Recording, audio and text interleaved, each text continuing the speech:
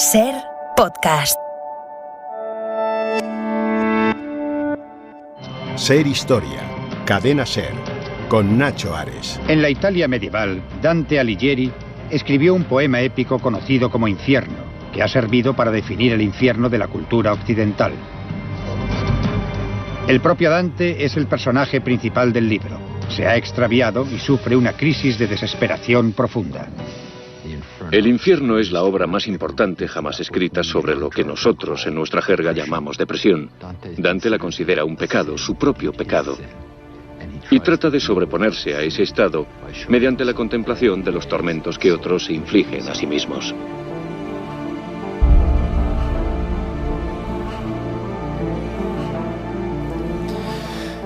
El infierno de Dante es el título del documental de Discovery, de donde hemos tomado este fragmento que nos introduce en uno de los personajes quizás más atractivos de esos últimos años de la Edad Media, Dante Alighieri, la Divina Comedia, un personaje como escuchábamos ahora, ¿no?, que describe de una forma muy viva, muy intensa, su propia percepción de lo que era el infierno, algo que ha marcado la interpretación y el estudio de muchas personas, que desde luego no estaba describiendo algo que él conociera físicamente, quizás esa depresión, como escuchábamos en la voz de alguno de los investigadores ahora en este fragmento del documental, pero que desde luego marca un poco también el eje, ¿no?, del eje constructor de esa realidad histórica que hay en la Italia de comienzos, de finales de la Edad Media y comienzos luego del Renacimiento, en donde la religión marcaba la pauta de absolutamente todo.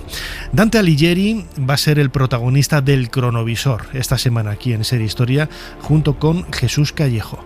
Pero como siempre habrá muchos más temas para, como decimos siempre, intentar hacer un poquito más de historia.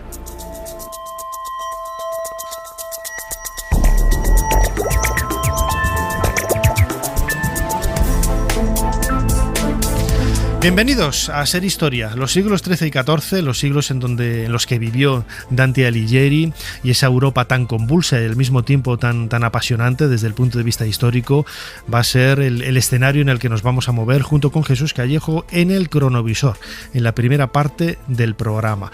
Luego viajaremos al mundo del arte, pero no para observar y disfrutar de la estética de la pintura, sino también de qué nos pueden estar enseñando las personas que aparecen representadas, ¿no?, esas enfermedades que quizás de forma subrepticia ha quedado su huella, ¿no?, para intentar conocer algo más de los protagonistas que aparecen en esos cuadros. Viajaremos también al reinado de Fernando VII, uno de los más convulsos también. Estamos hoy en un programa bastante convulso aquí en Ser Historia, de la mano de una novela histórica extraordinaria, para conocer cómo fueron esos comienzos del siglo XIX en la historia de España. Y como siempre, muchos más temas en una hora, si lo escucháis ahora en directo en la emisión de la madrugada del sábado al domingo, o en el podcast de Ser Podcast, casi hora y media o incluso 2 horas, no lo sabemos todavía. Como siempre, soy Nacho Ares y os doy de nuevo la bienvenida a Ser Historia. Comenzamos.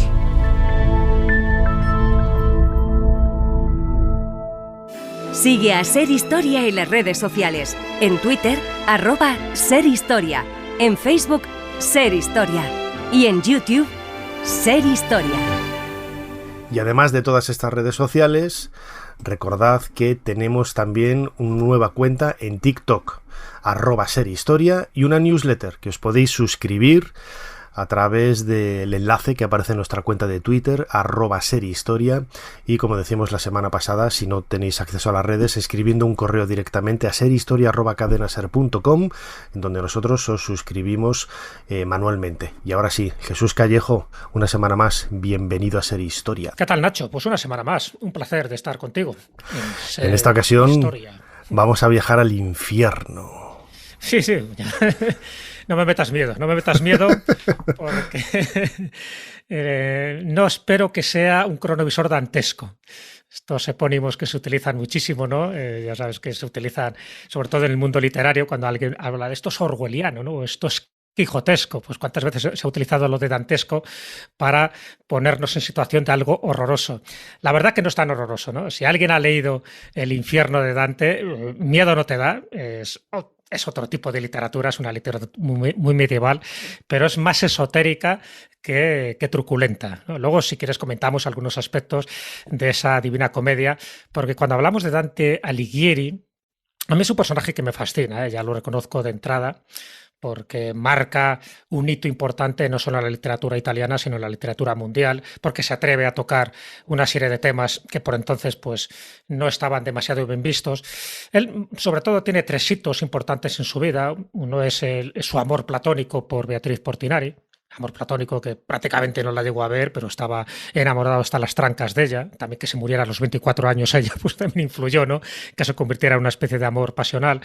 Por otra parte, su actividad política. Él fue uno de los 6 magistrados de Florencia. Él formaba parte de una facción política que se llamaba los güelfos blancos. Estaban los güelfos y los gibelinos. Bueno, pues entre los güelfos estaban los negros y los blancos. Y eso le supuso un destierro de Florencia en el año 1302. Y por otra parte, pues toda la elaboración de la Divina Comedia, esos 100 cantos, ese tránsito por el infierno, por el purgatorio y por el paraíso, con distintos cicerones, uno de ellos, como no, con Beatriz Portinari. O sea, yo creo que todo eso es lo que enmarca la vida de Dante Alighieri. Incluso pues el ser reconocido como poeta supremo, el que formara parte de alguna sociedad secreta, que luego también te comentaré, o el que se le haya considerado como el padre del idioma italiano, ¿no? Porque él le gustaba mucho escribir en italiano, a diferencia del latín, que era la lengua predominante en el siglo XIII. Bueno, pues por todo eso se dio de tortas con muchísima gente, pero marcó todo un estilo. Formó parte de una tendencia literaria, que es lo que llaman el dolce stil nuovo, que formaba también parte Petrarca y Cavalcanti, Frescobaldi y otros cuantos poetas menos conocidos, pero Dante sí que se partió un poco la cara y ojo, han hecho la reconstrucción de su cara, de su rostro, luego también te lo comentaré por el Instituto de Bolonia, y sabemos cómo eran sus facciones. Bueno, pues esa nariz aguileña, esa mandíbula prominente, todo ese tipo de cosas, si le llega a pillar César el Lombroso, a lo mejor diría que forma parte de los criminales natos, y sin embargo, por su fisonomía y por su obra y por sus características, estamos hablando de uno de los grandes escritores intelectuales del medievo.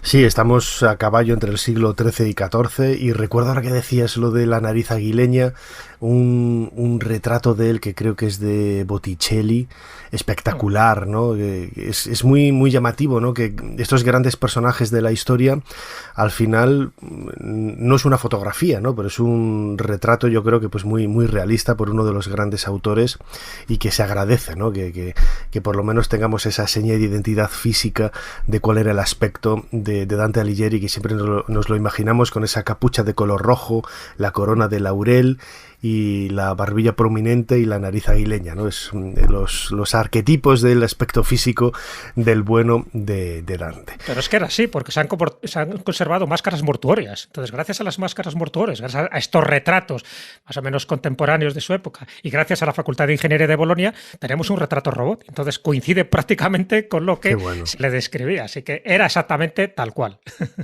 Muy bien, Jesús, tenemos aquí el teclado de nuestro cronovisor. ¿Cuál es la fecha en la que nos propones viajar en esta ocasión en el tiempo? La fecha es el 10 de marzo de 1302.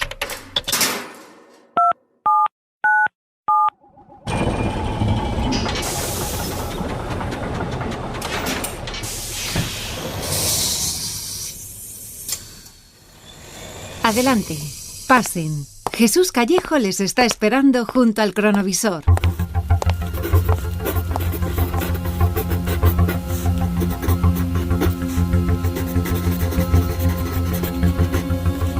Jesús, estamos escondidos detrás de un escribano. El aspecto de este edificio parece un palacio episcopal o algo religioso, ¿no? De postín, ¿eh? No es un monasterio, ¿no? Que podríamos decir, no, es un lugar de lujo, ¿no? Relacionado con la iglesia. ¿Quién es ese escribano? ¿Qué está haciendo? Sí, estamos en Florencia, efectivamente. Este es un escribano de parte de Bonifacio VIII, que es el papa que rige en estos momentos los destinos de la iglesia. Uno de esos papas tampoco recomendables, ¿no? Tampoco muy santo, pero que estaba pues metido de lleno en esos conflictos políticos de los güelfos y de los gibelinos, porque él quería anexionar Florencia a los estados pontificios, algo que a Dante no le atraía para nada, porque los güelfos, y en concreto los güelfos blancos como él, lo que defendían era, a pesar de que era partidario del Papa, lo que defendía era la autonomía, ¿no?, de las ciudades-estado como era Florencia, y no le gustaba que hubiera esa injerencia, a diferencia de los gibelinos, que eran pues mucho más monárquicos, o los güelfos negros, que eran más nacionalistas, pero nacionalistas extremos. Es decir, los güelfos negros hicieron auténticas escabechinas. ¿Por qué estamos en esta fecha? ¿Por qué el 10 de marzo de 1302? No, porque ese escribano lo que está haciendo es redactar la sentencia por la cual Dante Alighieri, o bien, si comparece, va a ser ejecutado, va a ir a la hoguera, o bien se tiene que largar, tiene que hacer un exilio forzoso, que es lo que va a hacer, porque a partir de esta fecha él ya no le quedaba otro remedio. Qué divertido. No le quedaba, no. Si te quedas te mato, si te vas pues vive. Sí, claro, pero es que esto venía de antes, ¿no? Un poco te pongo en antecedentes, porque él ya había sido condenado en enero de ese mismo año, de 1302, a pagar una multa de 5.000 florines y 2 años de destierro. Él pasó olímpicamente de pagar la multa y no se largó de Florencia, pero no compareció ante el tribunal. Eso hizo que se generaran todavía muchos más rumores de que este hombre estaba conspirando. Se le confiscan todos los bienes y se proclama que si regresa a Florencia, él será ejecutado públicamente en la hoguera. Claro, te puedes imaginar que con estas circunstancias él se larga, él se va a distintos lugares de Italia antes de llegar a Rávena, que es el lugar donde él pasa sus últimos años, pero evidentemente estamos hablando de un momento, ya digo, clave político, porque él era uno de los representantes, era uno de los magistrados de Florencia, o sea que estaba muy implicado en la vida social de Florencia, y no le gustaba lo que estaba pasando allí, no le gustaba lo que estaba ocurriendo en ese momento. Fíjate que él es contemporáneo de la disolución de los templarios. Fíjate, cuando se disuelven los templarios, cuando muere el último gran maestre, que ya es de Molé, es en 1314. Él incluso se va a París, ahí tiene un viaje a París. Él critica ya en aquella época, critica la actuación del Papa y critica la actuación del rey de Francia, ¿no?, de Felipe el Hermoso. Es decir, todo eso le va granjeando una enemistad cada vez mayor entre sus conciudadanos, primero entre los güelfos negros y también, como te puedes imaginar, entre los gibelinos. La verdad que él tenía amistades con todas estas facciones, pero bueno, el culmen es ese 10 de marzo de 1302, donde ya tiene que poner los pies en polvorosa, y al igual que otros 600 güelfos blancos que eran partidarios de la independencia, pues se tienen que ir. Él se va a Verona, él se va a otras ciudades italianas hasta que acaba en Rávena, pero mira tú por dónde, justo también en este momento es que es cuando a él le entra la inspiración de escribir la Divina Comedia. Hasta ese momento él no había escrito nada en la Divina Comedia, él había escrito poemas, él formaba parte de este movimiento que te digo del dolce stil nuevo, del dulce estilo nuevo, que es como se traduciría. Y que lo que hacía era escribir en italiano, lo cual tampoco gustaba mucho en aquella época, porque se pensaba que era un idioma vulgar, que lo importante y lo culto era escribir en latín. Bueno, pues todo ese tipo de cosas es lo que hace que él se largue. Pero justo en ese momento él empieza a pergeñar lo que sería su obra cumbre, la Divina Comedia. Si te parece, Jesús Callejo, crononauta, vamos a recuperar de nuestro archivo una charla que tuvimos con una muy buena amiga común, Mónica González Álvarez, periodista, escritora. En aquel momento había publicado Las claves de Inferno, de Dan Brown, ¿no?, en donde se adentraba perfectamente y estudió y comprendió muy bien la obra de Dante, en este caso la Divina Comedia, y esto es lo que nos contaba, ¿no?, sobre esa obra tan espectacular.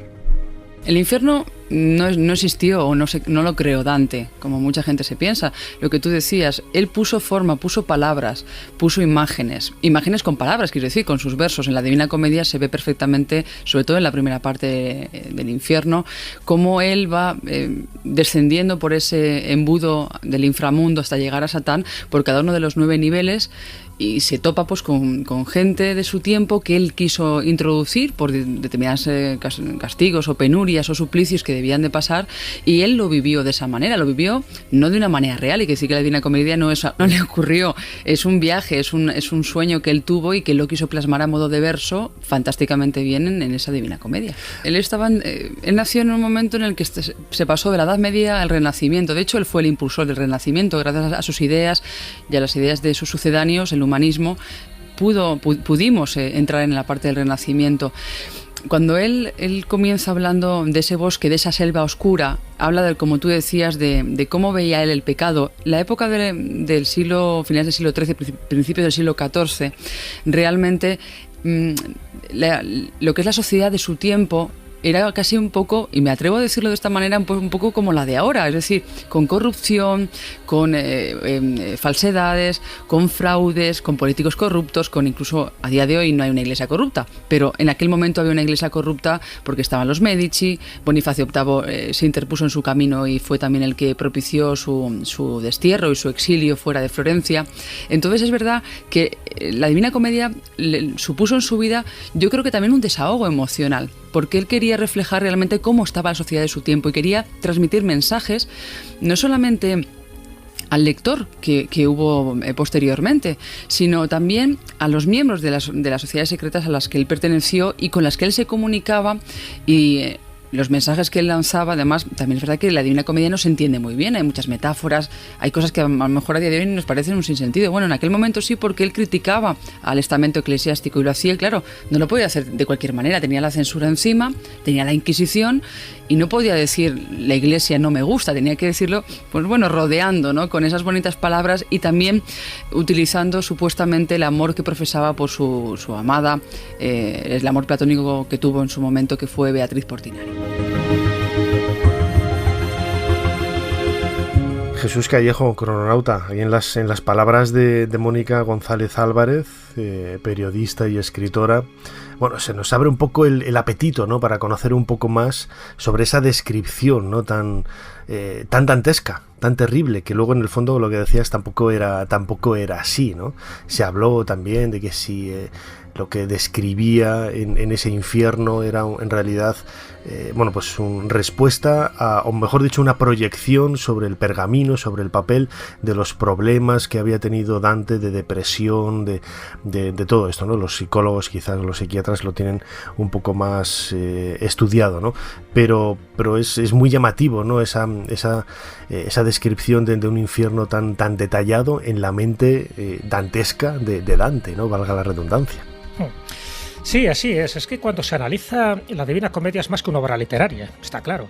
Él mete en el infierno a los enemigos suyos, les coloca allí, y él va metiendo en el purgatorio a otros cuantos que él conocía, y luego en el paraíso, pues también, como no, pues a sus grandes aliados, y los tuvo también. Por lo tanto, era una obra que también era una reivindicación social, es decir, bueno, los que os estáis portando mal, que sepáis a dónde vais a ir a parar, siempre dentro de esa cosmología cristiana de la Edad Media, no lo olvidemos. O sea, que queda reflejada luego en un cuadro de Botticelli, que por cierto es lo que le sirve de inspiración a Dan Brown para su novela Inferno. ¿Te acuerdas que en el cuadro ese de Botticelli, donde se ven esa especie de tubo, ¿no?, del infierno, de los 9 círculos concéntricos, pues ahí van apareciendo distintos pecados en función de tu culpa o en función de la aberración que hayas cometido en vida, pues vas a uno de esos círculos. O sea, que no todo el mundo va a una especie de infierno común, sino que depende de la categoría o de la gravedad, pues allí que vas. Por lo tanto, este viaje no es un viaje simplemente literario, o no simplemente es un viaje místico, es un viaje iniciático. Y eso es muy importante tenerlo en cuenta. ¿Y por qué resalto esta palabra iniciático? Porque eso le da un giro totalmente contrario, ¿no? Parece que el infierno, la idea del infierno es un castigo, pero la idea de un camino iniciático es un camino de evolución, aprendizaje y perfección, ¿no? Claro, efectivamente. Él conoce muy bien la teología cristiana de aquel momento y entonces se basa en lo que más o menos cualquier sacerdote, cualquier obispo, cardenal o papa te aceptaría, pero va añadiendo una serie de elementos en esos círculos, en esas gradas que tiene el infierno, donde te van diciendo, cuidado, no todo es igual de grave, no todo es igual de condenable. Entonces, ese viaje iniciático que tiene que ver con una asociación que él tuvo con otros miembros de la literatura italiana de aquella época, que serían los los fideli de amore, los fieles del amor, es decir, que buscaban ese amor no carnal, sino místico, como una especie de trascendencia. Bueno, pues todo ese tipo de elementos iniciáticos esotéricos lo vas plasmando en su obra, que por cierto tiene una estructura que gira alrededor del número 3 y del número 9, que son dos números cabalísticos. Entonces, bueno, cuando tú lees ese largo poema, estamos hablando de 14.233 versos en decasílabos, que van divididos en esos 100 cantos. Uno de los cantos es el prólogo, ¿no? Es la introducción, y luego son 3 partes, 3 libros de 33 cantos cada uno, que estarían formados por ese orden, que sería el infierno, el purgatorio y, como no, el paraíso. Por una parte, 9, fíjate, el 9, y no es por casualidad que utiliza este número, son los 9 círculos concéntricos del infierno, 9 son las terrazas del purgatorio, ahí va acompañado por el poeta Virgilio, al que él admiraba muchísimo, y 9 son los astros que conforman el paraíso, donde va acompañado, como no, por Beatriz. Pero ojo, por Beatriz, que le espera en las puertas del paraíso, pero al final del recorrido de ese paraíso, el que la acompaña es San Bernardo de Claraval. ¿Recuerdas lo que te he dicho de su afición por los templarios? Él reconocía que la doctrina de los templarios no era herética, tal como decía el Papa o tal como decía el rey de Francia. Entonces, que San Bernardo de Claraval, que es el que crea los principios de esa orden monástica, pero también el que es el gran valedor de los caballeros templarios, no por casualidad es el que le guía en ese último tramo del paraíso. Entonces, todo esto, junto con que él formaba parte de los fedeli d'amore, estos fieles del amor, eso es una teoría, por ejemplo, que dice René Guénon o Giovanni Papini, que han sugerido que Dante era un iniciado y que estaba en esta sociedad secreta, que luego daría a ese estilo literario del Dolce Stil Nuovo. Es decir, todo está relacionado. Y que él, evidentemente, tuviera una cierta afición por los templarios, porque era coetáneo de la destrucción de los templarios, fíjate, él dice que es San Bernardo el que elige para que le guíe en esa última etapa de ascenso hacia Dios. Claro, el que tenga ojos que vea, ¿no? El que tenga oídos que escuche. Todo este tipo de elementos que aparecen en la obra no son casuales, es decir, no da puntada sin hilo. Entonces, eso es lo que ha hecho que más de un estudioso haya visto que hay un esoterismo dantesco, es decir, un esoterismo dentro de la obra de Dante, y lo que ya es el acabose y lo que remata toda la faena, y esto es una anécdota muy significativa de Dante, cuando él muere en Rávena, en el año 1321, él deja inacabada la Divina Comedia. Ahora la podemos leer entera, pero cuando él muere le faltaban los 13 últimos cantos, en este caso del paraíso. Bueno, la consternación, te puedes imaginar, era tremenda por parte de sus hijos y por parte de sus lectores. Esto se publicaba por fascículos, no se publicó como un libro completo, ¿no?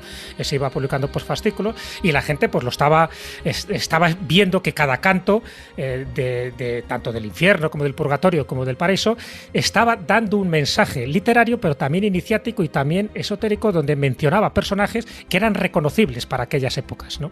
Entonces estaban esperando los 13 últimos cantos. Al final él muere de malaria, muere de una forma sorpresiva, no se esperaba que muriera tan de repente. ¿Y qué ocurre con esos 13 últimos cantos? Si realmente no aparecieron. Bueno, pues aquí entra uno de los episodios fantasmales, paranormales y misteriosos más importantes de la literatura. Y si quieres te lo cuento. A ver, te iba a decir, cuenta, porque estaba escuchándote de forma totalmente absorbente, ¿no? Tal y como lo contabas.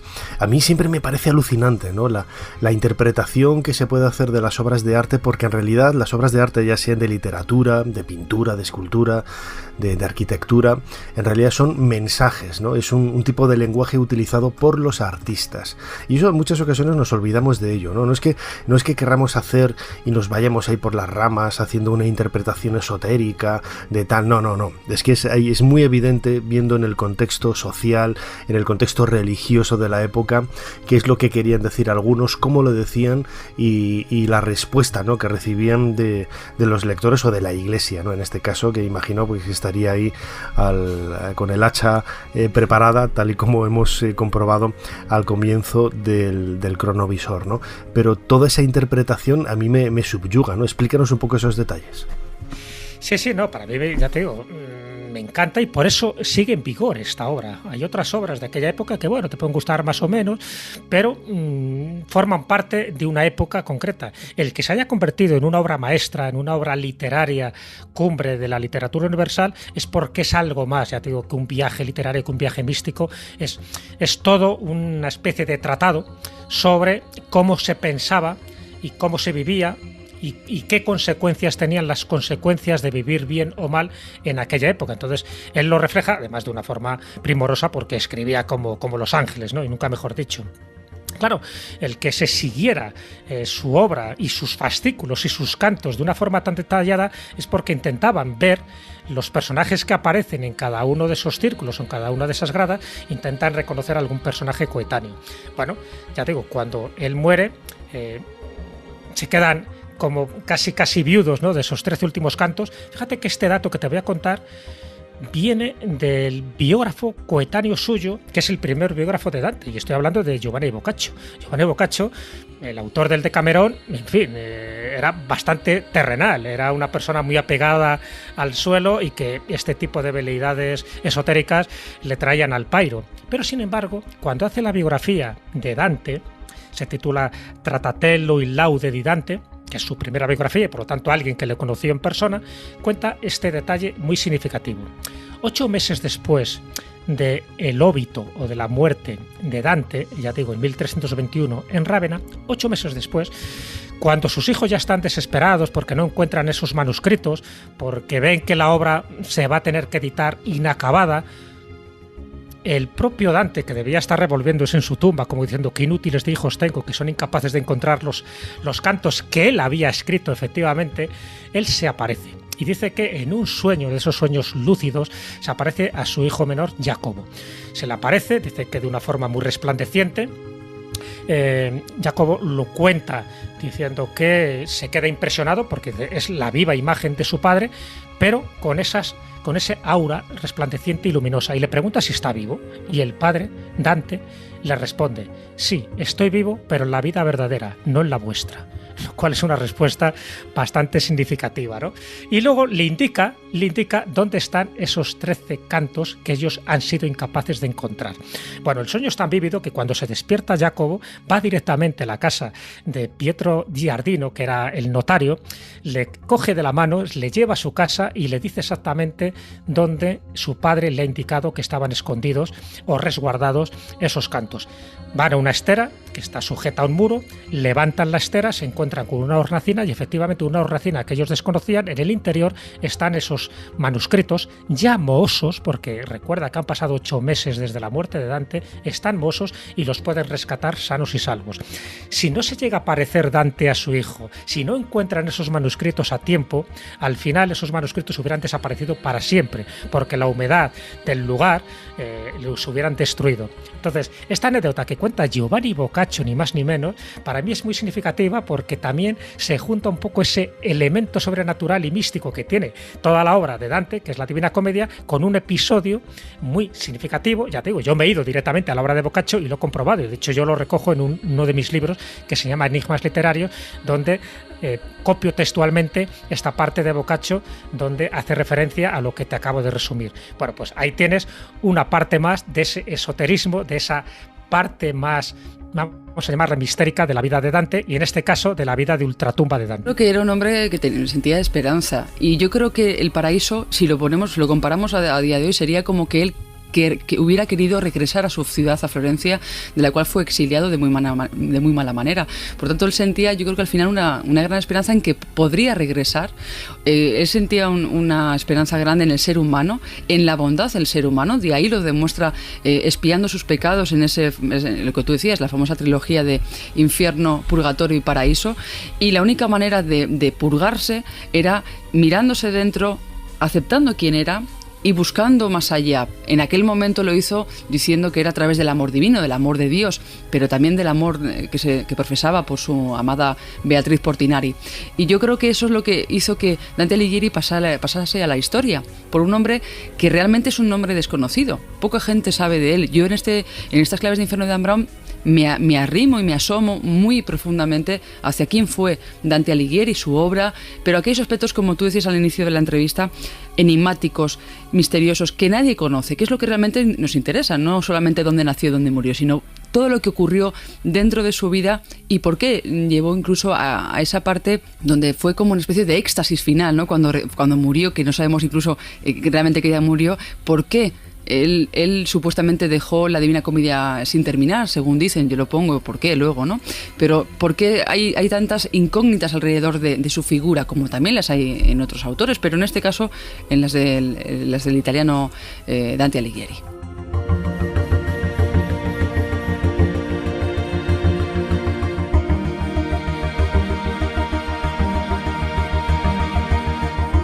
Hemos escuchado un nuevo corte de esa entrevista que mantuvimos hace años con Mónica González Álvarez, periodista y escritora, autora de ese libro Las claves de Inferno de Dan Brown, publicado por Libros Cúpula.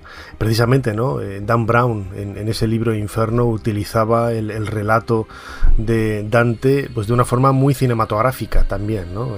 Era una novela, pero una novela con vistas a ser llevada a la pantalla, a la gran pantalla, para poder sorprendernos con ese viaje, ¿no? Mónica hacía la reflexión de que era una visión interior muy particular, ¿no? de Dante. No es que él hubiera vivido todas esas cosas, ¿no?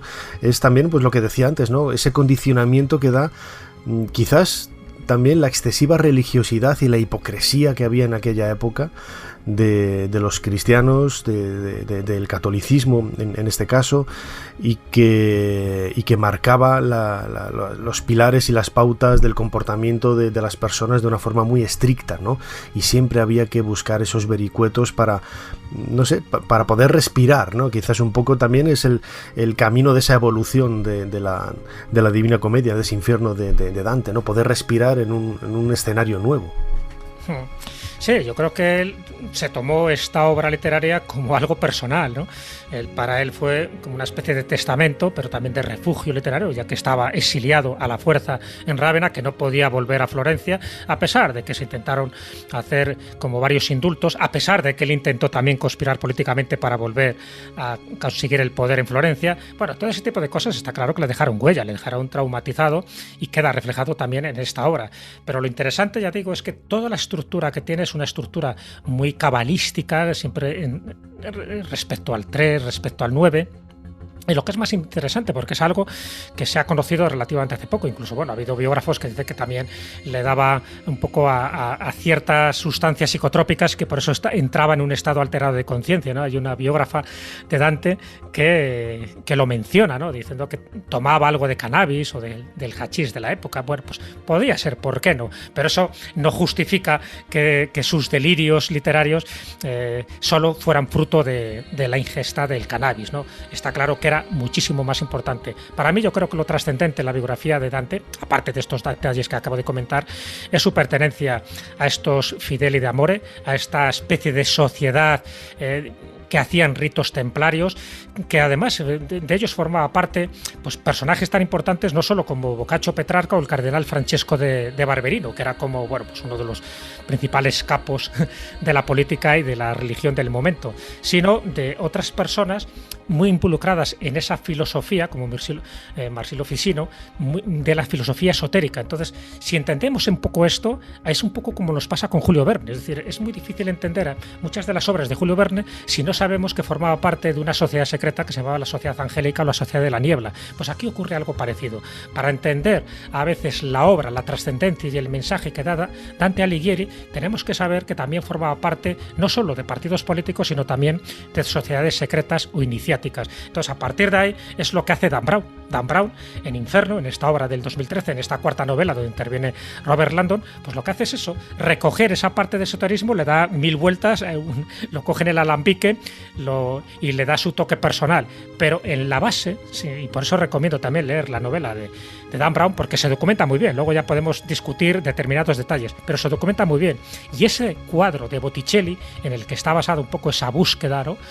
Ese cuadro de Botticelli también tiene su enjundia, porque también está basado estrictamente en los mensajes que estaba transmitiendo ni más ni menos que Dante en su infierno. Y recordemos que el infierno es la primera parte, es decir, que va del infierno, como va de lo más denso, de lo más bajo, de lo más terrenal, a lo más sutil, a lo más espiritual, a lo más divino, que es el paraíso. Bueno, pues Virgilio es el que guía a través del infierno y el purgatorio. Beatriz, como no, Beatriz es la que le recoge en la puerta del paraíso, y como te decía, San Bernardo de Claraval es el que le guía por la última fase del viaje. Todo esto como te puedes imaginar, está hecho con una cierta intencionalidad. Aquel que tenga oídos, que lo oiga, y yo recomendaría que se relean los 13 últimos cantos del Paraíso, porque si han llegado a nosotros es gracias, por mal que le pese a más de uno, gracias a un acontecimiento sobrenatural. A un fantasma, claro que sí.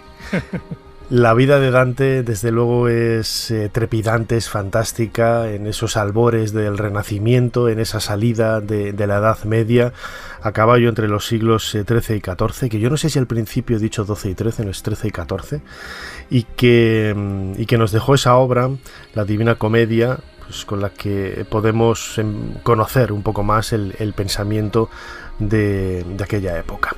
Jesús, déjame recordar que lo decía al principio del programa, y Ana Caballero, nuestra compañera, me lo recuerda también por línea interna, que en nuestras redes sociales ahora tenemos también TikTok, @serhistoria, y que contamos con una newsletter, a la que os podéis suscribir a través del enlace que está en nuestra cuenta de Twitter, Serhistoria, y los que no tengáis Twitter lo podéis hacer escribiendo un correo a serhistoria@cadenaser.com, y nosotros os incluimos para recibir esa newsletter con los contenidos del programa, la información de todas las salidas que tenemos programadas. Dentro de muy poco nos vamos a Alicante, a Elche, para celebrar esos 125 años del descubrimiento de la Dama de Elche, y un montón de información más. Jesús Callejo, crononauta, como siempre, muchísimas gracias una vez más por habernos ayudado a hacer un poquito más de historia.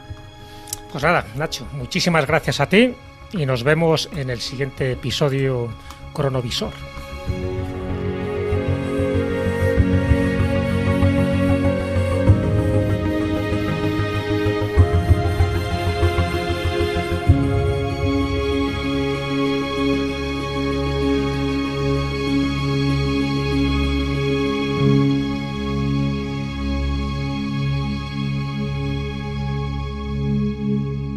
Pero fue bajo otro título que expandí mi nombre y el poder de mi pueblo hasta los confines del mundo conocido. Un mundo que temblaba ante la sola mención de mi verdadero nombre: Gengis Khan. Ser Historia con Nacho Ares. Todo lo que quisiste saber de la historia, la madrugada del sábado al domingo en la cadena SER. En realidad nuestro cuadro ha estado colgado de las paredes del Prado desde 1819, desde que se abrió el museo. Ha tenido muchas atribuciones, y una de ellas era de copia flamenca, porque ese fondo negro y el barniz amarillento que lo cubría sí que le daban un aspecto nórdico a la obra. La historia más reciente de esta copia de Mona Lisa empieza en 2010, cuando Vincent de Lieven viene al Museo del Prado durante los preparativos para la exposición que estaba montando sobre la Santa Ana del Museo del Louvre. Uno de los problemas que él tenía para la exposición era que la Gioconda original no se puede mover de su sala, y la nuestra era de las pocas copias que se conservan sobre tabla del cuadro.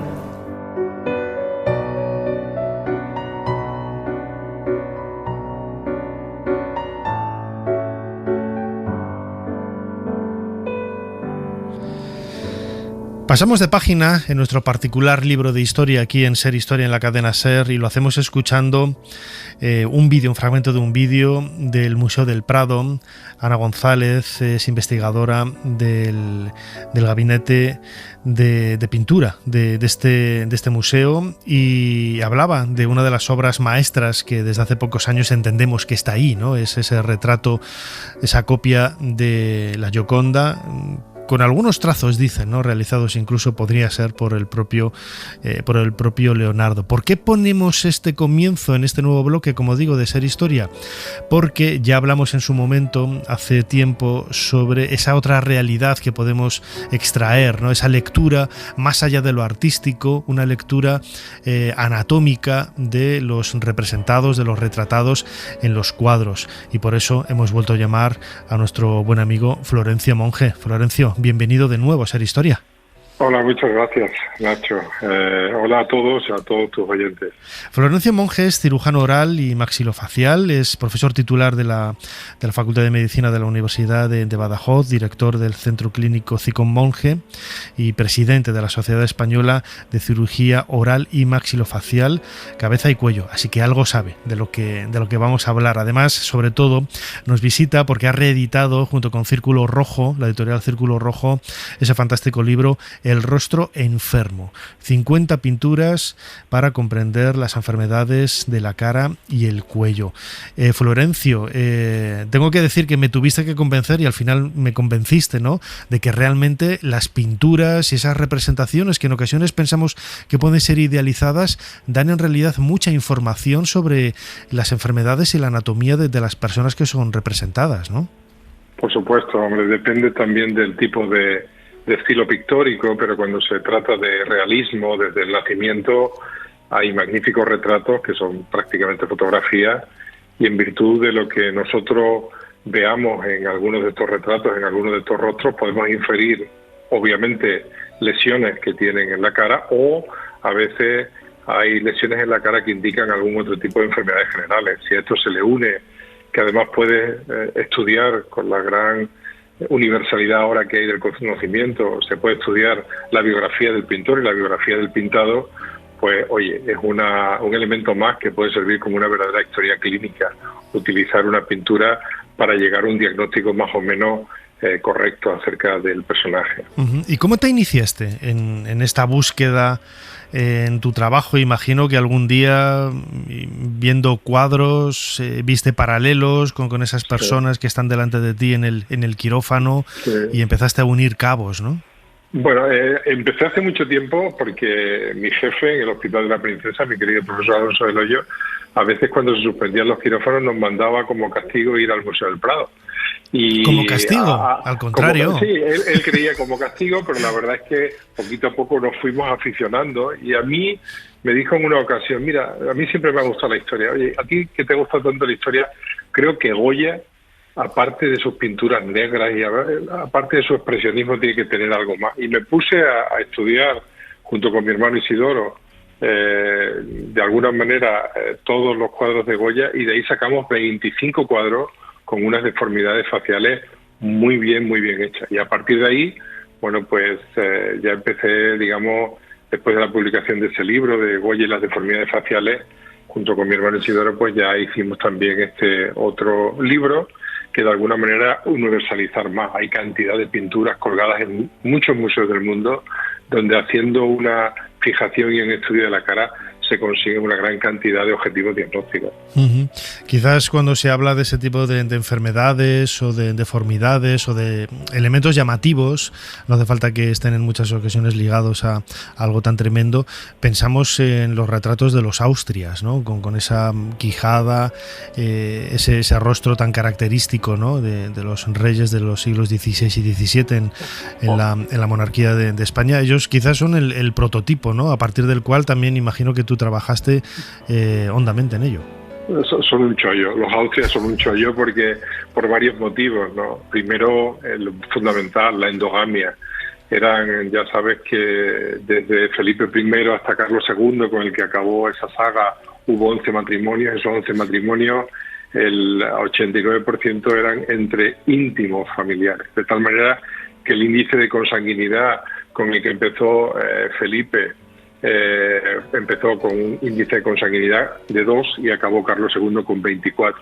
¿Qué quiere decir eso?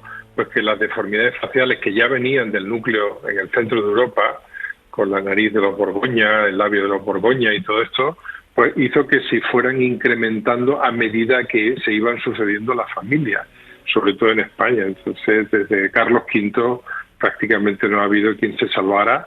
Básicamente es un exceso de mandíbula, lo que se conoce como un pronatismo, y un déficit de maxilar superior. El labio superior está un poquito hundido.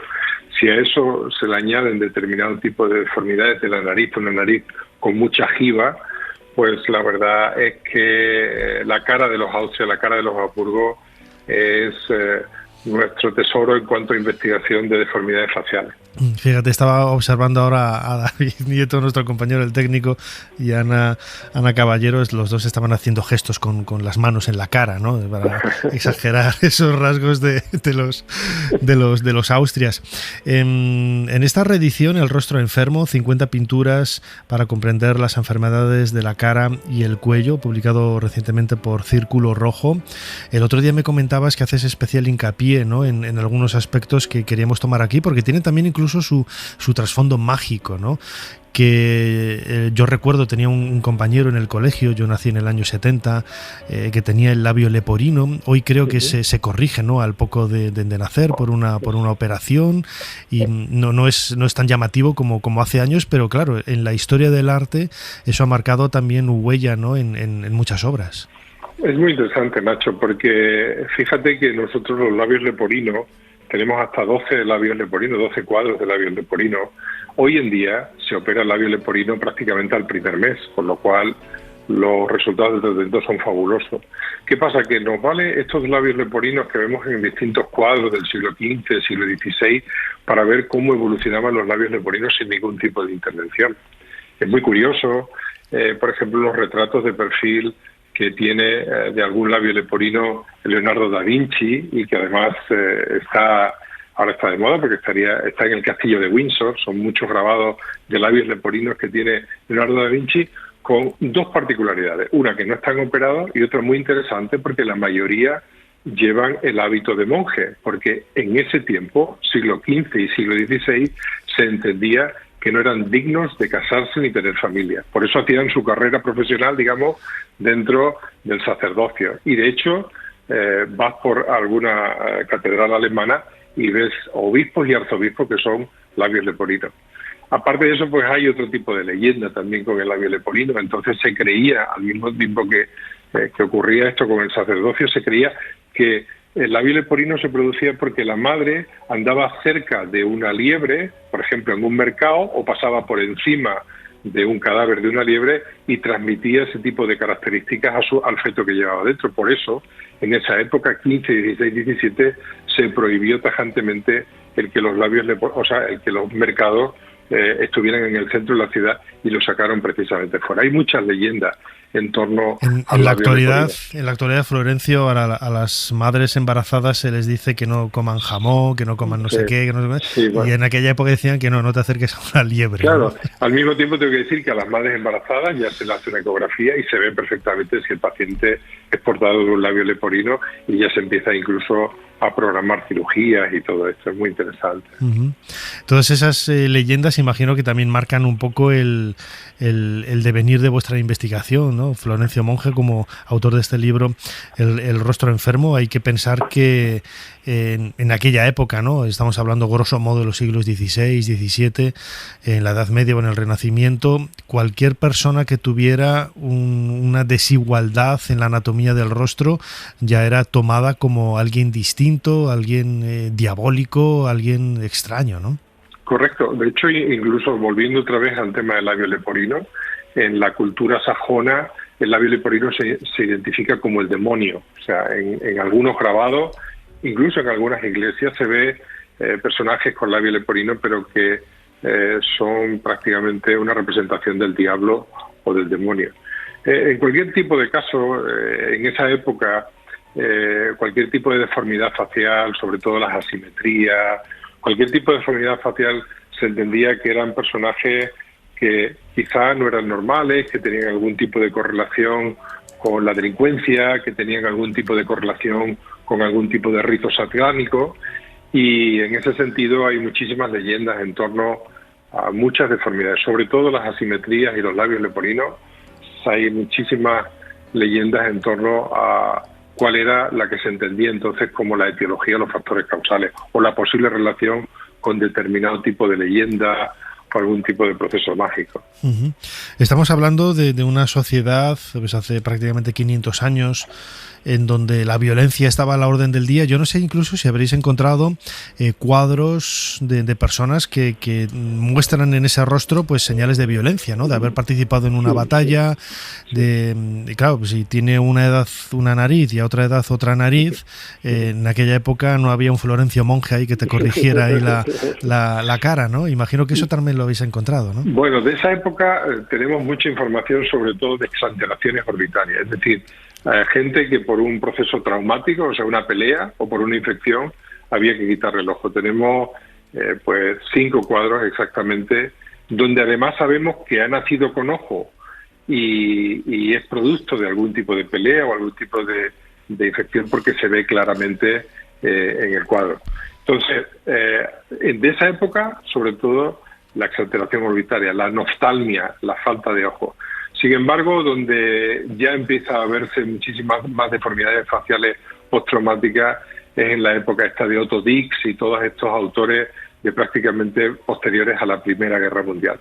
Aquí sí que tenemos varios cuadros donde se ve básicamente determinado tipo de personajes con determinado tipo de rasgos, pero sobre todo que portaban máscara. En ese tiempo todavía no existían los modernos colgajos para reconstruir que hay ahora, y por eso utilizaban como método de vestimenta facial pues máscaras que se iban cambiando, por ejemplo, de cuadro a cuadro. Uh-huh. Eso son básicamente lo que hemos encontrado. Sí, hemos estado hablando, Florencio Monge, cirujano oral y maxilofacial, de irregularidades, ¿no? en la anatomía de la cara, bien por una deformidad de nacimiento, pero también en el rostro se proyecta un poco el resultado de una enfermedad, ¿no? Sí. Que eso también os permite hacer un diagnóstico de algo que quizás al resto de los mortales nos pasa desapercibido, pero que ante los ojos de un especialista como tú, eres capaz de decir esta persona puede haber tenido esta enfermedad u otra, ¿no? Es muy interesante. Evidentemente todos sabemos que la cara es el reflejo de algún tipo de, por supuesto, del alma, pero también de muchas enfermedades generales.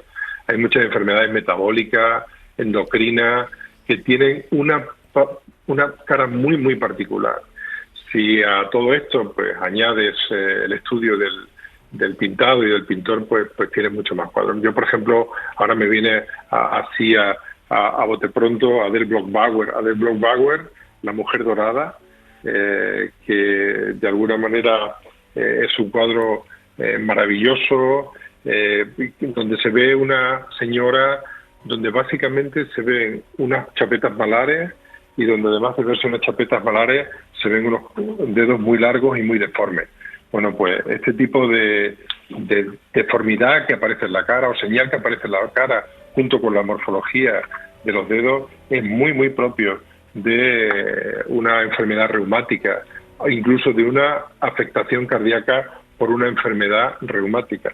Si a esto se añade pues que el retratado es Adele Bloch-Bauer y que lo pintó Gustav Klimt, te vas a mirar la biografía de Adele Bloch-Bauer y sabemos que murió de forma con mucha fiebre, estuvo mucho tiempo ingresado en muchos sanatorios, fundamentalmente por fiebre y por falta de fuerza, y eso va muy, muy en particular, muy en relación con lo que es una enfermedad que nosotros denominamos enfermedad de tejido conectivo o una enfermedad reumática con una repercusión cardíaca. Hay muchísimos cuadros que, viendo y analizando su cara, se ve su relación con enfermedades renales, enfermedades metabólicas, enfermedades cardíacas, enfermedades osteoarticulares, etcétera, etcétera. Uh-huh.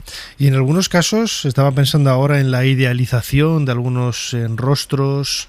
¿Esa información se puede perder, o incluso a pesar de esa idealización y ese ocultamiento de algunas deformidades, dices, aquí hay algo que no me encaja? Hombre, cuando tú miras los distintos retratos que ha tenido, por ejemplo, Carlos II, el hechizado, que ha sido el Austria más deforme que hemos tenido, pues te das cuenta que obviamente el que paga es el que manda, ¿no? Y evidentemente, como todos estos cuadros se pagaban a su precio, o bien para regalar, o bien para ponerlo en determinados sitios, No es normal que en algunos cuadros aparezca un rostro de Carlos II un poquito deforme y en otros un poquito más deforme.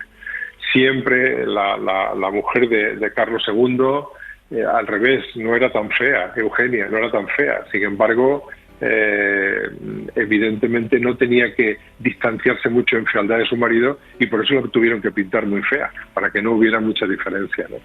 Es curioso, obviamente, cómo cada pintor tiene una percepción y también en algún caso tiende a una idealización y en otros casos incluso a un empeoramiento para que no haya mucha diferencia con su pareja. Y ya para ir acabando, Florencio Monge, cirujano oral y maxilofacial, autor de este libro El rostro enfermo, 50 pinturas para comprender las enfermedades de la cara y el cuello. El trabajo no solamente se limita en esa formación como cirujano, en la observación de los cuadros, sino lo decías al principio, ¿no? También en un trabajo de documentación histórica que a veces leyendo entre líneas, ¿no?, te permite conocer algún detalle que puede pasar desapercibido de otra forma y que enriquece un poco también vuestro diagnóstico y vuestra visión de la persona que aparece retratada, ¿no?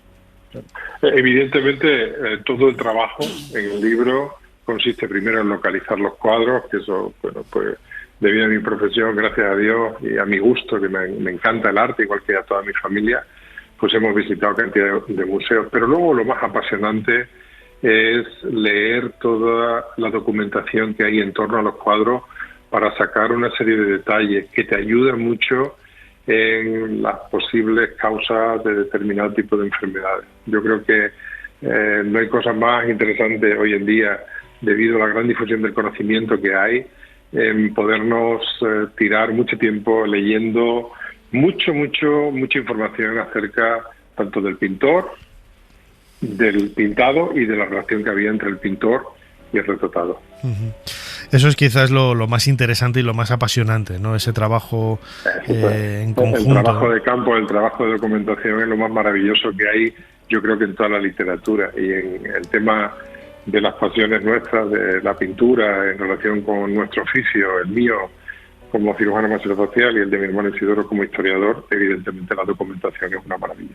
Tú y yo hemos compartido un viaje a Egipto, ¿no? También, allí en el mundo egipcio es más difícil ver esos detalles, ¿no? Es más difícil. La falta de identificación verdaderamente cuando empieza en el siglo XIV, en el Renacimiento. No hay ningún tipo de arte, me estoy acordando ahora mismo de Mesopotamia, Egipto, donde haya una identificación clara con personajes. Son personajes relativamente anónimos.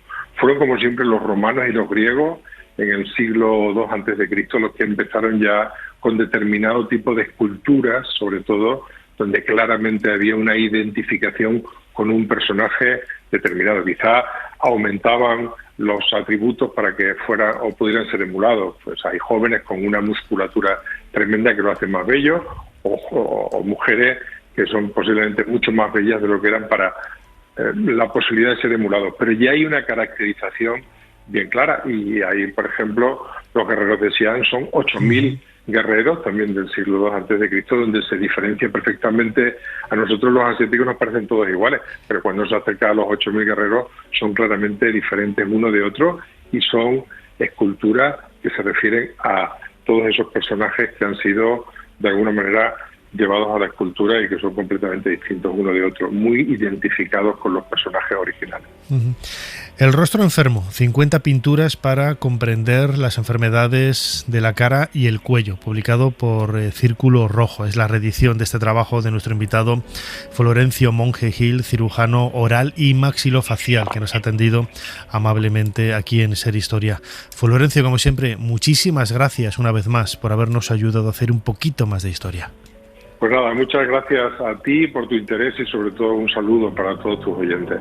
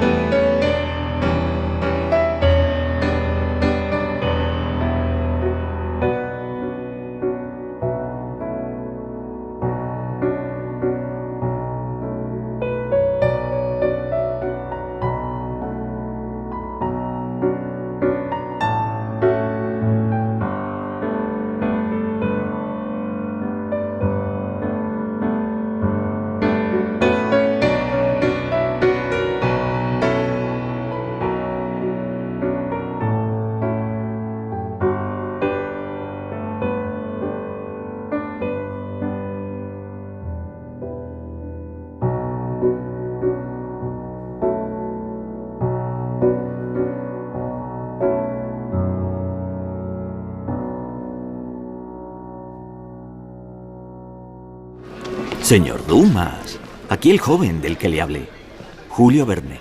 Le presento a Alejandro Dumas. Alejandro Dumas, hijo. Un placer conocerle, señor Verne. Igualmente, caballero. ¿Sabe dónde podemos encontrar a su padre? Le hemos traído un manuscrito. No creo que tarde mucho. Ser Historia con Nacho Ares. Todo lo que quisiste saber de la historia, la madrugada del sábado al domingo en la cadena SER.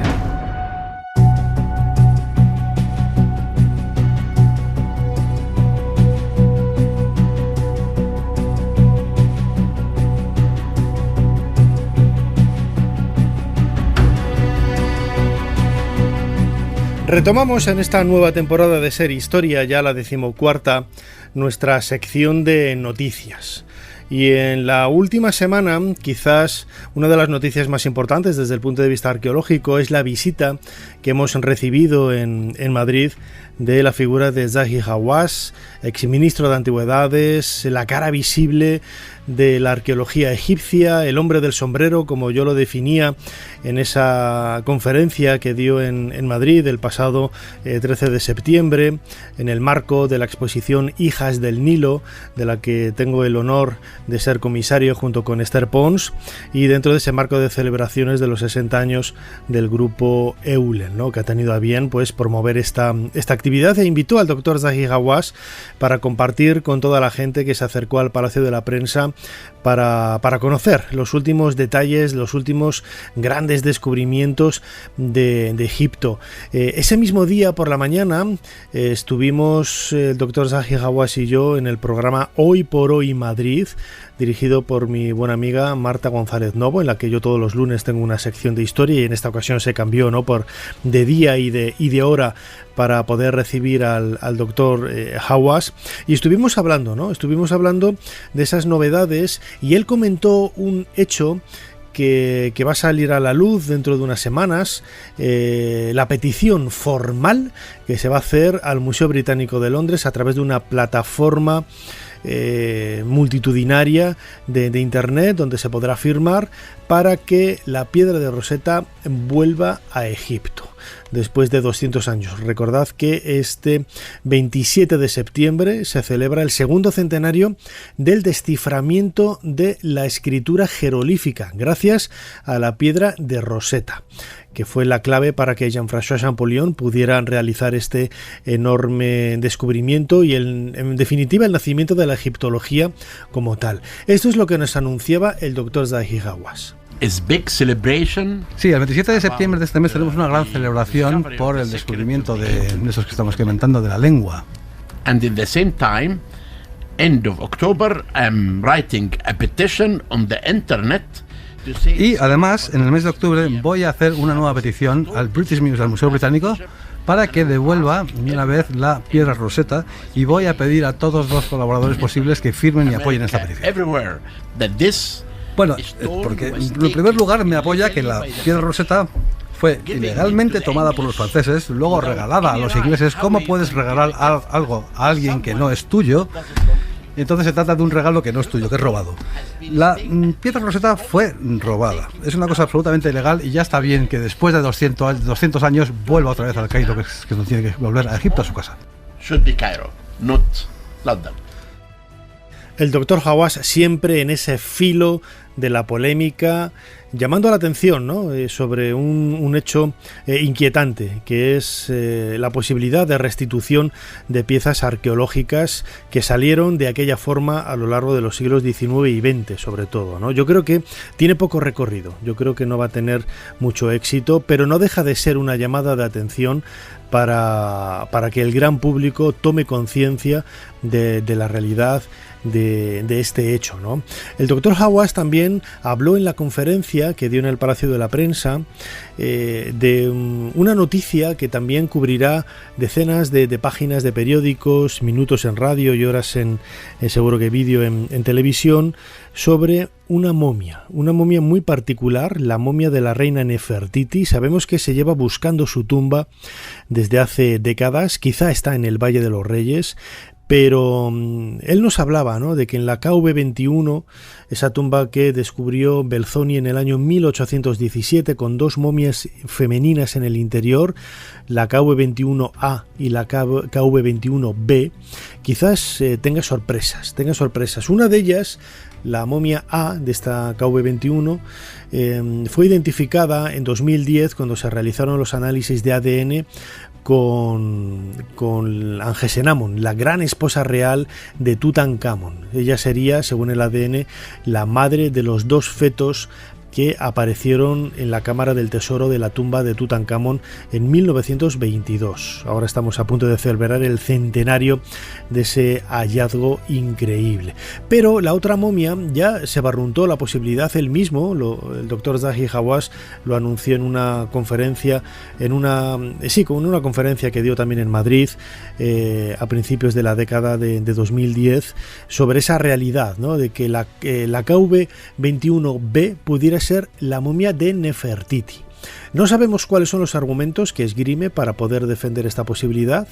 Lo hará en breve y no dejó de ser pues una de esas grandes noticias que ha marcado un poco la presencia, la visita de Hawass en España. En el programa de Marta González Novo, Hoy por Hoy, también estuvo hablando de ese gran descubrimiento, esa ciudad perdida de Atón que se realizó el año pasado y que por primera vez nos acerca cómo era la realidad de una ciudad del antiguo Egipto de hace casi 3.500 años. It is the most important discovery in Luxor after Tutankhamun. Bueno, pues realmente este descubrimiento que dices, Nacho, fue elegido el descubrimiento más importante del año 2021 y el segundo más importante en Luxor desde el descubrimiento de Tutankamón. Y esto fue descubierto por accidente. Y aquí podemos ver cómo vivían, cómo trabajaban. Hemos visto talleres de joyerías, hemos visto cómo hacían el calzado, las sandalias, ropa, estatuas, todo tipo de objetos. Y también, importantísimo, la arquitectura que tenía esta ciudad, los muros, es decir, en Karnak, lo que llamamos los teletats, y tenemos más de 1.000 objetos que han sido encontrados en esta ciudad de Atón. We found also more than 1,000 artifacts inside the dazzling Atón. That was the name of my city. Aquí en Ser Historia os vamos a contar todas las novedades que haya en los próximos meses, tanto de este segundo centenario del descubrimiento, del desciframiento de la piedra de Rosetta, de la escritura jeroglífica, como del centenario de Tutankamón. Un montón de informaciones apasionantes que hacen que Egipto vuelva a estar de moda una vez más.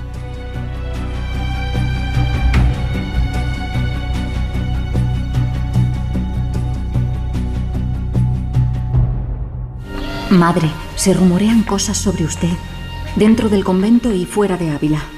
No se deje llevar por las habladurías, María. Usted y yo sabemos que en este convento entra y sale demasiada gente. Es usted famosa, madre. La fama nunca ha de ser el camino, Sor María. Ser Historia con Nacho Ares. Todo lo que quisiste saber de la historia, la madrugada del sábado al domingo, en la cadena SER. Cuando en marzo de 1814 regresa Fernando VII a España, hace honor a su apodo, el Deseado. Todos desean su vuelta, aunque por diferentes motivos.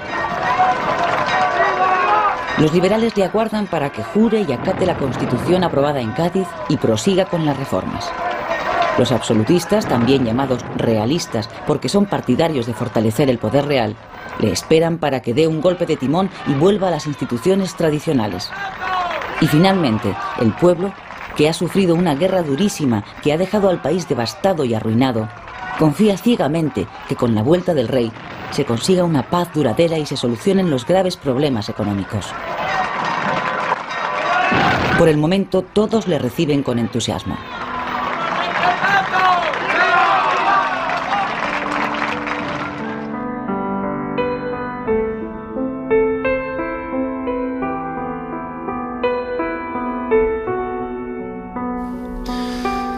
Continuamos en Ser Historia y lo hacemos escuchando un fragmento de un documental de televisión española, esa serie maravillosa de Historia de España, en donde se recreaba la llegada de Fernando VII en 1814, esa reentrée en nuestro país, ovacionado, Fernando VII el deseado, luego fue el odiado, algunos lo consideran ahora el peor monarca que hemos tenido. En aquel momento pues había esa lucha, ¿no?, de quereres a favor y en contra de Fernando VII. Él es el marco histórico de la vida de Fernando VII, es el entorno donde se mueve la nueva novela de María Rey, nuestra invitada, Los 1000 nombres de la libertad. María Rey, bienvenida de nuevo a Ser Historia. Hola Nacho, un placer estar aquí. Muchísimas gracias por venir y por presentarnos esta nueva novela que has publicado con Suma, Los 1000 nombres de la libertad. ¿Por qué ahora Fernando VII? Pues porque siempre ha sido una época histórica que me ha llamado muchísimo la atención. No es por Fernando, es por la época histórica. Es la época histórica y Fernando me parece que es un personaje histórico, vamos, de excepción, ¿no? Sí. Es uno de estos, pues de estas personas, ¿no?, que nos deja la historia con un montón de luces y sombras, con un montón de matices, ¿no? Y que siempre es muy enriquecedor zambullirte en estos momentos, en estos contextos en los que, descubres, ¿no?, un sinfín de un abanico enorme de, de datos, de información que te ayudan a entender, ¿no?, que la realidad es muy plural y que, para unos, ¿no?, en Fernando se ve, ¿no?, como bien decías, para unos es el deseado, para otros incluso el rey felón, ¿no? Entonces, es un personaje histórico que me apetecía muchísimo, que formara parte, ¿no?, del telón de fondo de una de mis novelas y, además siempre me ha gustado el siglo XIX, principios del siglo XIX, es un momento, sobre todo en España, ¿no?, muy convulso, muy interesante. Entonces, empecé a documentarme y solamente encontraba pruebas, ¿no?, de decir, por aquí tienes que ir, ¿no?, en esta siguiente novela. Sí, fíjate, el otro día escuchando el programa de Ángeles Barceló que hacían desde Las Palmas, claro, los compañeros que estaban allí tenían la idea de que estaban en un lugar histórico, ¿no?, por todo lo que había sucedido con el volcán, grato desde el punto de vista casi, ¿no?, de la visión de la naturaleza que había, pero también estaba ese momento, ese sentimiento humano, ¿no?, del destrozo y de todo lo que había sucedido, ¿no? Con la España de Fernando VII, esos comienzos del siglo XIX, sucede algo similar, ¿no?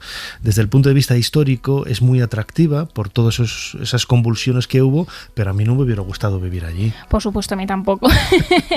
Es lo bueno de las novelas, ¿no?, que te permite, de las novelas o cuando te informas, ¿no?, sobre un periodo histórico desde diferentes formatos, que tienes como la parte buena, que dices, vas viendo los elementos, ¿no?, que formaron esa época, vas sacando, además tienes el recorrido entero, entonces puedes ir viendo, ¿no?, como si fuera, al final yo creo que la historia de la humanidad es como un gran relato, ¿no?, en el que vas viendo a los diferentes personajes sucederse, pero es cierto sin la parte negativa de toda, de toda la destrucción, ¿no?, en la guerra de independencia, de ese tira y afloja y esas represiones, ¿no?, con los cambios de poder y cómo se iba, y que al final sucedió durante todo el siglo XIX y luego evidentemente el XX, pero es cierto que vas viendo cómo unos parecen conquistar, ¿no?, parte de lo que defienden, como ocurrió por ejemplo en Cádiz, ¿no?, en ese contexto de las Cortes, de la Constitución, para después que quede todo borrado, esa represión, luego parece que vuelve a florecer en el trienio y luego una represión todavía mucho más atroz, ¿no?, en el inicio de la década ominosa y durante todos esos años. Entonces es cierto que es una época muy interesante, pero yo no sé si me hubiera paseado por esa España. Desde luego, y además el propio nombre, Los 1000 nombres de la libertad, lo dice todo, ¿no?, porque cada uno tenía su propio concepto de la libertad, ¿no?, que es un poco lo que quieres reflejar con esta idea de los 1000 nombres de la libertad, ¿no? Muchas veces lo vemos en los políticos en la actualidad, cada uno entiende el bien y el mal de una forma determinada y parece que está ondeando la bandera de la verdad, por lo menos de la verdad propia para él, ¿no? Y es muy difícil, ¿no?, muy difícil saber discernir, separar cuál es en este caso el concepto de libertad más apropiado, ¿no?, para el momento. Exactamente, Nacho. Al final yo creo que la palabra libertad fue una de las que más se debatió, ¿no?, en el siglo XIX y aún en nuestros días se debate y se le pretende llenar de significado y cada uno, ¿no?, le atribuye una serie de elementos y precisamente quería con los 1000 nombres. Vemos que es una novela que además tenemos diferentes personajes, recorre además diferentes estratos sociales, no es lo mismo la libertad, ¿no?, a la que podía aspirar una persona de clase burguesa, incluso las personas de la aristocracia que una persona, bueno, pues de clase humilde que, bueno, buscaba esa subsistencia, esa supervivencia, y muchas veces su definición de libertad, bueno, pues está más aterrizada, ¿no? en lo terrenal y en las posibilidades que le ha brindado la vida, ¿no? Que muchas veces pues no son muchas. Uh-huh. Y además lo escuchábamos un poco en esa introducción de la historia de España de Televisión Española, estábamos quizás el escenario es convulso porque no se sabe por dónde ir, ¿no? No se sabe si volver a ese absolutismo en donde el rey lo gobierna todo y lo manda absolutamente todo. No se sabe si seguir un poco los pasos de la Constitución, en donde, bueno, pues se da cierto aire, ¿no? al resto del pueblo. Es quizás y cada uno defiende sus ideas con vehemencia, ¿no? Y en algunas ocasiones con violencia también, ¿no? Que es lo que le da ese matiz tan interesante a estos comienzos del siglo XIX. Exactamente, yo creo que en España hay, bueno, pues ese debate sobre mejor lo malo conocido que lo bueno por conocer, ¿no? Sí. Hay muchas personas que intentan, ¿no? También por sus propios privilegios de estatus, de clase, ¿no? Bueno, del estamento al que pertenecen, que al final, pues bueno, intentan aferrarse a ellos, y todo cambio del statu quo al final, pues bueno, pues puede afectar pues a su patrimonio, ¿no? O a la forma de vida que llevan, ¿no? Entonces hay muchísimo conflicto en este sentido, y ahí es verdad que se empiezan a poner sobre la mesa. A mí me parece muy interesante que se empieza a poner sobre la mesa, ¿no? Ese discurso de, aunque ya venía de atrás, ¿no? Y que no es una cosa que surja en ningún caso de manera espontánea, pero por ir un poco al punto, ¿no? de la novela, es cierto que se pone sobre la mesa cuestiones como, bueno, este territorio no es propiedad de un rey, ¿no? Este territorio es propiedad de un pueblo que tiene derecho a ser representado y a participar en la cosa pública. Ese poco a poco, esa aparición del espacio público a través de los cafés, ¿no? De las tertulias, el surgimiento poco a poco, ¿no? De ese germen de los periódicos y demás, de la conversación, ¿no? De que las cuestiones de política, de economía, ya no sean una cuestión de las élites, ¿no? Que de momento sigue siendo así en la época de la novela, pero poco a poco va permeando hacia abajo, ¿no? Y va pues calando en la gente, y bueno, pues al final es el inicio, ¿no? Son las bases, yo creo, los cimientos de la construcción de ese Estado liberal que irá tomando forma y cuajándose, ¿no? En todo el siglo XIX. Claro, tú lo has dicho bien, es una especie de lucha entre el absolutismo, el pasado conocido, que bueno, que más o menos te iba, ¿no? Ni bien ni mal te iba, o ese futuro que aparentemente es muy prometedor y que realmente no sabes por dónde va a derivar, ¿no? Y has dado en una clave que es el mundo de los cafés, el mundo de los periódicos, que ahora es bastante incipiente, pero que tiene su peso, y que también permite el diálogo, la reflexión, esas tertulias, ¿no? Antes en la edad moderna no había ese tipo de diálogos, ¿no? Entre los nobles para ver por dónde se iba, por dónde no. Empiezan a aparecer los burgueses que no tienen un origen nobiliario, pero tienen su papel, ¿no? En el gobierno porque tienen dinero y lo pueden hacer. Desde el punto de vista intelectual también es un elemento que tocas muy a fondo en los 1000 nombres de la libertad, ¿no? La verdad que sí, a mí me ha llamado mucho la atención porque realmente, aunque es cierto que la novela parte de 1815, bebe un poco de todo lo que ha ocurrido en Cádiz, ¿no? Todos esos, el Café Apolo, ¿no? Que se llama Las Cortes Chicas, bueno, pues todo ese debate que tanto en el de la bancada absolutista como liberal, pues bueno, se va poniendo sobre la mesa y empiezan pues a aparecer títulos como La Abeja, ¿no? Y todo eso luego se intentará recuperar en el trienio. Es muy interesante toda la época del sexenio absolutista porque se intenta acallar todo esto, pero realmente ya ha aparecido y no va a desaparecer, ¿no?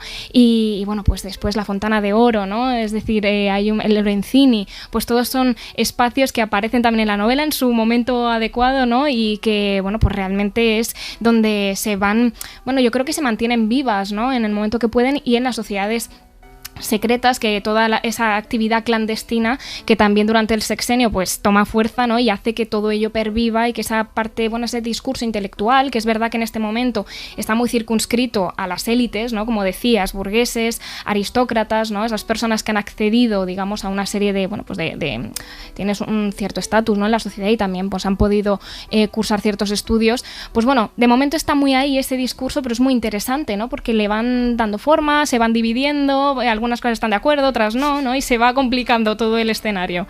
Has hablado de las sociedades secretas, es uno de los temas, y lo tenía aquí anotado. La francmasonería también juega su papel en tu novela Los 1000 nombres de la libertad. siempre se les ha acusado, ¿no?, de intentar manipular, de cambiar un poco el rumbo de los gobiernos, etcétera. Y yo recuerdo una anécdota, porque tengo muchos amigos que son masones y como me ven con ellos luego me preguntan si lo soy, ¿no? Sí. Y recuerdo una vez con unos en Baleares que estábamos comiendo en un restaurante y estábamos todos pues comiendo de todo, ¿no? Había ahí, bueno, pero vamos, chorizo, jamón, queso, y me dice uno, el maestre, me dice: Nacho, mira, así dominamos el mundo, ¿no? Decía, ¿no? Y digo, bueno, pues sí, es un poco lo que dicen de vosotros, ¿no? La francmasonería juega también un papel destacado, ¿no?, en tu novela como ese nuevo elemento, ¿no?, a tener en cuenta, que hay que tener en cuenta para saber el devenir de los gobiernos, ¿no? Exactamente, yo he intentado, cuando me documentaba sobre la francmasonería, aterrizarlo mucho en el momento y no quitarle de alguna manera elementos, pues bueno, que a lo mejor pudieran confundir, ¿no? He intentado pues vincularlo muchísimo a esa estructura, ¿no?, de la actividad clandestina. Evidentemente, la francmasonería sobre todo también penetra en España en ese momento de ocupación francesa, ¿no?, en ese momento de la guerra de independencia, pues sobre todo muy vinculada a los soldados franceses. Los afrancesados empiezan también a vincularse.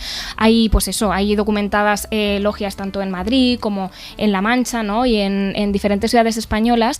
Y bueno, quería sobre todo, pues, reflejar su papel, ¿no?, en esos momentos, porque bueno, realmente es cierto que la francmasonería un poco en origen es cierto que es apolítica, ¿no?, tiene más, bueno, pues un cometido filantrópico, pero es cierto que bueno, en ciertos momentos pues sí, oye, ha jugado su papel o ha tenido una cierta influencia luego en el desarrollo, ¿no?, de las estructuras políticas y bueno, y de opinión y de asociación, ¿no?, que también al final es muy interesante. Imagino que en esta época también tanto los estratos, bueno, los campos más conservadores, ¿no?, de la política, y los liberales, los más futuristas, no voy a decir progresistas, los más futuristas, veían también lo que estaba sucediendo en Europa, ¿no? Uh-huh. Francia había cambiado totalmente, ¿no? Había nacido la República, la monarquía había desaparecido prácticamente, pero me imagino que esos miedos también, o ese anhelo, ¿no?, de querer asemejarse a lo que estaba sucediendo en Europa, es lo que se vive aquí un poco en España. Exactamente, y de hecho se dice que gran parte de la obra de las Cortes de Cádiz bebe del constitucionalismo anglosajón y de la Ilustración francesa, ¿no? Es decir, son dos patas que están ahí y realmente, bueno, pues construyen en parte un poco lo que se plantea en España. En España es verdad que también está el elemento de la tradición española, ¿no?, que no se deja a un lado y que se mezcla con estos dos ingredientes, pero evidentemente, y además en Europa también es una época muy interesante, porque después de todas esas guerras napoleónicas, ¿no?, y de ya el fin definitivo de Napoleón en el 1815, bueno, pues Europa intenta, bueno, pues replantear, ¿no?, cuál es el mapa y reforzar esas monarquías tradicionales, ¿no?, para ir, bueno, pues que la revolución, poner un poco de pausa a la revolución o a esos avances o esos pasos que se pretendían dar, ¿no?, de forma agigantada en el cambio del siglo XVIII al siglo XIX. Entonces, evidentemente España está muy condicionada, ¿no? De hecho, precisamente el fin de la experiencia liberal del 20 al 23 está muy condicionada por el contexto europeo, ¿no? Al final no deja de ser una ayuda externa, como son los 100.000 hijos de San Luis, de bueno, plantear a ver qué está pasando aquí, a ver si se va a extender, ¿no?, este experimento, y al final acaba perjudicando a este intento que está teniendo Europa de volver pues a las fronteras anteriores y al orden anterior, aunque evidentemente ya han permeado todas las ideas más revolucionarias y evidentemente no se puede volver hacia muy atrás. Y todo ello con ese elemento común que es el elemento humano, ¿no? Que es, lo decías al principio, en tu novela cuentas historias desde los estratos más bajos a los estratos más altos, porque en definitiva muchas veces nos olvidamos, ¿no?, que la historia, vale, son batallas, son victorias, son cambios de gobierno, son líderes muy poderosos, pero siempre el elemento humano, las personitas que estamos por debajo, somos realmente los que vamos, ¿no?, bien siguiendo la deriva de la historia o intentando cambiarla también, ¿no? Ese elemento humano en tu novela, como siempre ha sucedido con otros trabajos tuyos, es muy importante. La verdad que sí, Nacho. Además, yo creo que es el elemento que me ayuda, ¿no?, a empatizar con los antepasados. Al final todos somos seres humanos y hay una serie de elementos como miedos, ¿no?, como como bueno, pues inseguridades, ilusiones, ¿no? Perspectivas, cada uno, digamos, contextualizado en su tiempo, pero es cierto que son las herramientas con las que nos movemos en el mundo, ¿no? Yo creo que esto, pasando de generación en generación, pues se mantiene, ¿no? Y son una serie de, bueno, pues al final es el filtro con el que nos movemos y con el que pues experimentamos nuestra época. Y yo he querido, bueno, pues quiero siempre que mis personajes tengan también esos elementos y meternos un poco, ponerme en los zapatos, ¿no? de gente que pudo haber existido en esa época y a ver cómo lidiaba, ¿no? Con toda esta confusión y mostrar también diferentes opiniones, ¿no? Diferentes posturas. Es una pregunta recurrente a los que nos dedicamos a hacer novela histórica, pero ¿qué documentación has utilizado? Que para poder, porque es cierto que hay muchas cosas que están en los libros de historia, pero siempre hay documentos, ¿no? Que te llaman especialmente la atención para poder perfilar un personaje, crear un ambiente, una situación, un encuentro. Pues bueno, una parte para mí muy interesante de la documentación que he utilizado, al margen de, bueno, pues de lo que son los libros quizá, bueno, pues más de historia pura y dura, ¿no? Que nos sirven, bueno, me han servido para aterrizar en el contexto. Consultar, por ejemplo, los papeles reservados de Fernando VII en el Archivo General de Palacio ha sido muy interesante. Además, bueno, pues la novela bebe en diferentes puntos, ¿no? Precisamente de ese archivo. Después, por ejemplo, también contactar con gente de patrimonio para poder, que me diera un poco las pautas, ¿no? Hacia dónde me tenía que dirigir la documentación para recrear, por ejemplo, el Palacio de Aranjuez de tiempos de Fernando VII, por ejemplo, o, bueno, los mapas me encantan, pues el hecho de aterrizar en una ciudad y decir, bueno, este mapa, ¿no? Siempre, bueno, pues sabiendo que no es un mapa topográfico, ¿no? Y que al final no es 100% científico, pero que sí que es cierto que te sirve, ¿no? Para aterrizar en esa época.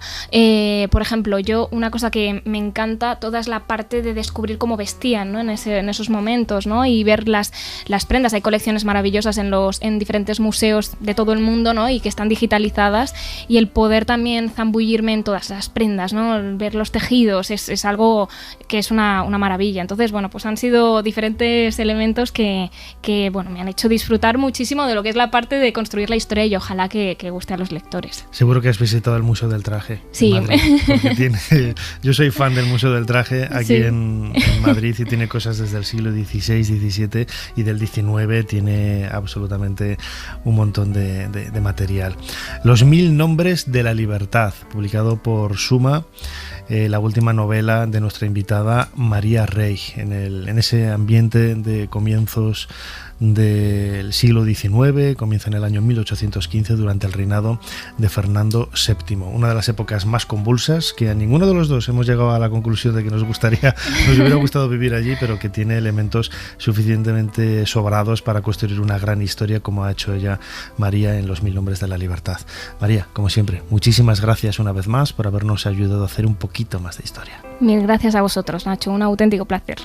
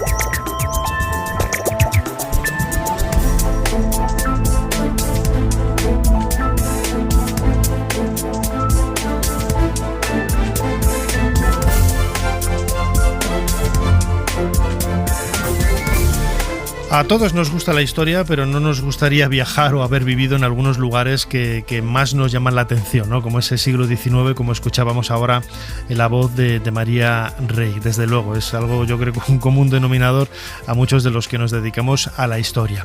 Hasta aquí este nuevo programa de Ser Historia en la cadena SER. Recordad que lo podéis escuchar completo en SER Podcast, y que desde hace unas semanas tenemos también una newsletter. Los que no os podáis suscribir a través de los llamamientos que hacemos a través de Twitter, porque no tenéis redes sociales, escribid un correo a serhistoria@cadenaser.com y allí os vamos a incluir manualmente en esa newsletter con toda la información del programa y, como siempre, todas las redes sociales habituales, añadiendo esa nueva @TikTok.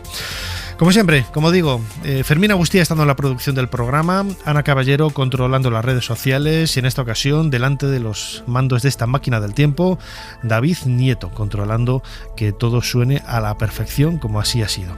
Y delante del micrófono y en la dirección, vuestro humilde servidor, Nacho Ares. Os dejamos con más entretenimiento aquí en la cadena SER. Hasta la semana que viene.